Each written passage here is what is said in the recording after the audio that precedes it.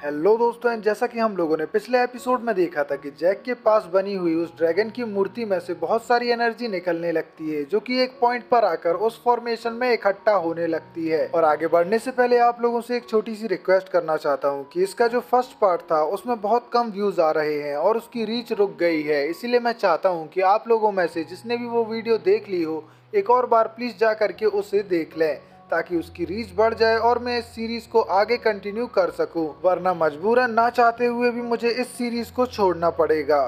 Episode की starting में हम जैक को देखते हैं, जिसके पास वही एनर्जी बॉल आ रही थी जिसका नाम ड्रैगन ब्लड टोकन था, और फिर वो उसे अपने हाथ में ले लेता है। तभी उसके अंदर से उसकी ड्रैगन स्पिरिट बाहर आ जाती है। ये सब देख करके वहाँ खड़े लोग बात कर रहे थे कि आखिर जैक को ऊपर ऐसा क्या मिल गया है, कहीं वो चीज कोई पावरफुल एनर्जी टोकन तो नहीं जो कि एंशिएंट टाइम में इस फेरिस ड्रैगन ट्रैक के अंदर छुपाई गई हो। इसके बाद मिस फैंग को कोई पीछे से आवाज देकर बुलाता है, जो कोई और नहीं फेरिस ड्रैगन क्लैन का लीडर होता है जिसका नाम यिंग लॉन्ग होता है। और वो मिस फैंग से पूछता है कि आखिर यहाँ क्या चल रहा है। इस पर मिस फैंग उसे बताती है कि जो जैक है वो सबसे ऊंचे फ्लोर पर चढ़ चुका है, जहाँ पर पहले कोई नहीं चढ़ पाया, और वो बहुत अजीब तरीके से बिहेव कर रहा है। इसके साथ ही मुझे लगता है कि उसे कोई ना कोई एनर्जी टोकन वहां पर मिल गया है। ये बात सुनकर युंगलोंग कहता है कि फेरिस ड्रैगन क्लैन में मिले जितने भी टोकन्स होते हैं वो सब हमारे होते हैं, और इस लड़के ने इन टोकन्स को चुराने की कोशिश की है, तो मैं जरूर इसे सजा दूंगा। इसके बाद हम देखते हैं कि युंगलोंग के साथ में उसका बेटा किंग शेंग भी आया हुआ था, जो कि जैक को गुस्से से देख रहा था। तभी हम देखते हैं कि जैक का वो ड्रैगन था उस एनर्जी बॉल को एब्जॉर्ब करके जैक के सीने में वापस चला जाता है, जिसके कारण उसके दिल में जोरों से दर्द उठने लगता है और वो वहीं पर बैठ जाता है। इसके बाद हम देखते हैं कि फेरिस ड्रैगन टेरेस के ऊपर बना हुआ फॉर्मेशन एक्टिवेट होने लगता है, और वहां से एक बहुत बड़ा ड्रैगन सामने आता है, और वो ड्रैगन पूरी तरीके से आग से बना हुआ था। जिसके बाद वो ड्रैगन जैक के ऊपर आके गिर जाता है, जिससे उसके चारों तरफ आग फैल जाती है। और वहां हुए ब्लास्ट को देख करके ये सभी लोग बातें करने लगते हैं कि शायद जैक को फेरिस ड्रैगन टेरेस ने एक्सेप्ट नहीं किया है, इसीलिए वो उसे पनिशमेंट दे रहा है। पर तभी हम वहां ऊपर बैठे जैक को देखते हैं, जिसके अंदर वो सभी एनर्जी एब्जॉर्ब होने लगती है, और फिर हम देखते हैं कि उसके अंदर से उसकी ड्रैगन स्पिरिट बाहर आ जाती है, जो यहाँ फैली हुई सारी आग की एनर्जी को अपने अंदर एब्जॉर्ब करने लगती है। लेकिन इस प्रोसेस में जैक को काफी ज्यादा दर्द का सामना करना पड़ रहा था। इसके बाद वो ड्रैगन वहाँ की सारी एनर्जी को एब्जॉर्ब कर लेता है, और फिर वो सीधे जैक के सामने आ जाता है। इसके बाद वो ड्रैगन स्पिरिट वापस से जैक के अंदर चली जाती है, और फिर हम देखते हैं कि जैक के अंदर काफी ज्यादा पावर आने लगी थी। जिसके बाद वो देखता है कि उसके हाथ में बिजली दौड़ रही थी, जो देख करके जैक समझ नहीं पाता कि उसे आखिर लगातार ऐसी पावर्स कैसे मिलती जा रही हैं। लेकिन फिर वो बोलता है कि भले कुछ भी हो, मैं अपना बदला पूरा करके रहूंगा और ज्यादा ताकतवर होकर बताऊंगा। जिसके बाद वो अपने हाथ को ऊपर आसमान की तरफ करता है, और उसके बाद उसके ऊपर बहुत सारी थंडर गिरने लगती है, जिससे ये पता चल जाता है कि उसके पास थंडर की पावर आ चुकी है। ये देखकर वहाँ खड़ा हुआ यिंगलोंग बताता है कि अब जैक के पास में इंपीरियल टेक्निक आ चुकी है, जो सुन करके उसका लड़का उससे पूछता है कि आखिर ये इंपीरियल टेक्निक है क्या। जिस पर यिंगलोंग बताता है कि डिवाइन लैंड की द कल्टीवेशन टेक्निक कुछ टेक्निक्स में डिवाइड है, जो कि spiritual technique, celestial technique, Tao technique, holy technique, imperial technique, और सबसे आखिर में द डिवाइन लेजेंडरी टेक्निक आती है। इसके बाद वो आगे बताता है कि हमारा फेरिस ड्रैगन क्लैन 10,000 सालों से सिर्फ टाओ टेक्निक का ही इस्तेमाल कर रहा है, लेकिन अब आखिरकार जैक के पास इंपीरियल टेक्निक आ गई है, जिसे मैं उससे छीन लूंगा, और फिर मैं भी बहुत ज्यादा पावरफुल हो जाऊंगा। इसके बाद हम जैक को देखते हैं, जो कि कह रहा था कि मुझे नहीं पता कि मेरे बॉडी के अंदर इतनी ज्यादा पावर कैसे आ रही है, लेकिन मैं एक बात तो समझ चुका हूँ कि मैं अब ये लिंग से अपने फादर की मौत का बदला ले सकता हूँ। इसके बाद जैक को यिंगलोंग की आवाज आती है, जो कि जैक को धमकी दे रहा था कि तुम्हारी हिम्मत कैसे हुई फेरिस ड्रैगन टेरेस के ऊपर चढ़ के वहाँ तबाही मचाने की, और तुमने जो भी टोकन वहाँ से लिया है वो मुझे ला कर दे दो। इस पर जैक उससे कहता है कि मैंने इस टोकन को अपनी मेहनत से पाया है, और अगर तुम सिर्फ इसे छीनना चाहते हो तो तुम ऐसा कभी नहीं कर सकते। इस बात को सुन करके यिंगलोंग गुस्से में आ जाता है, और वो उससे कहता है कि तुम मेरे नेचर को अभी जानते नहीं हो। मैं भले ही शांत दिख रहा हूँ, लेकिन मैं तुम्हारे साथ बहुत कुछ कर सकता हूँ। इस पर जैक उससे कहता है कि आप पागल ना बने, फेरिस ड्रैगन टेरेस ने खुद मुझे इस टोकन के लिए चुना है, और अगर आप मुझसे इसे छीनने की कोशिश करेंगे तो पक्का ये टेरेस आपको सजा देगा। लेकिन यिंगलोंग जैक की बात को नहीं सुनता और वो कहता है मैं तुम्हारी बातों में नहीं आने वाला, अगर तुम मुझे खुद ये टोकन नहीं दोगे तो मैं इसे आकर तुमसे छीन लूंगा। और फिर उसके बाद वो अपनी ड्रैगन स्पिरिट को बाहर निकाल लेता है। इसके बाद वो उस स्पिरिट से जैक पर अटैक करता है, लेकिन वो फेरिस ड्रैगन टेरेस उसके चारों तरफ एक बहुत बड़ी शील्ड बना देता है, जिसके कारण ये स्पिरिट उसका कुछ नहीं बिगाड़ पाती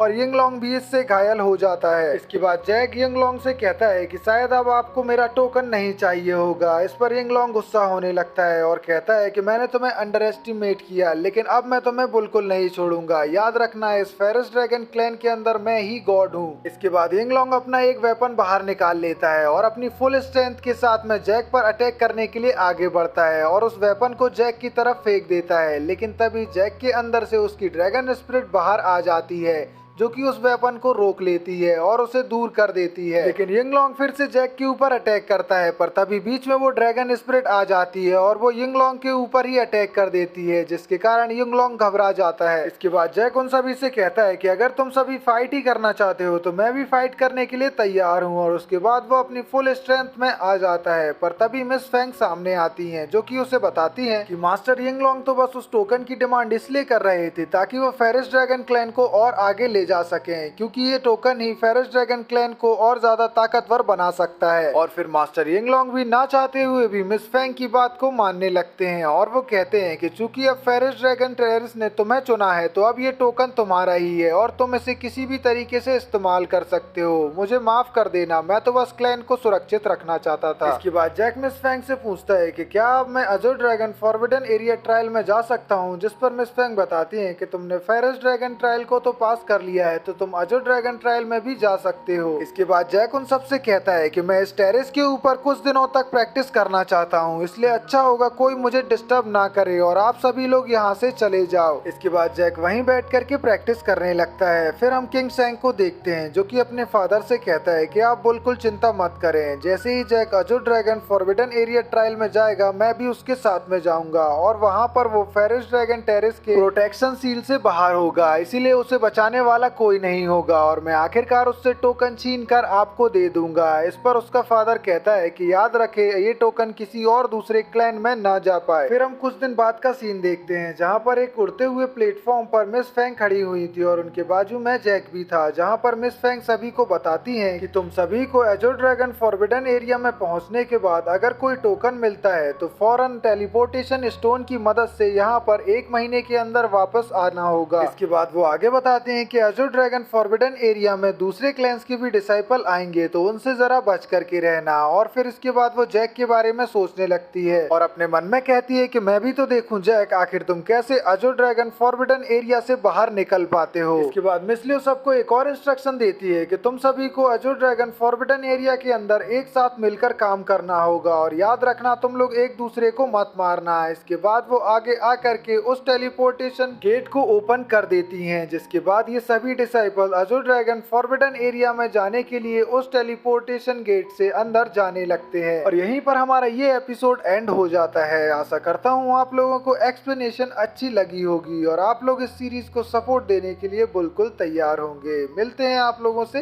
नेक्स्ट वीडियो में।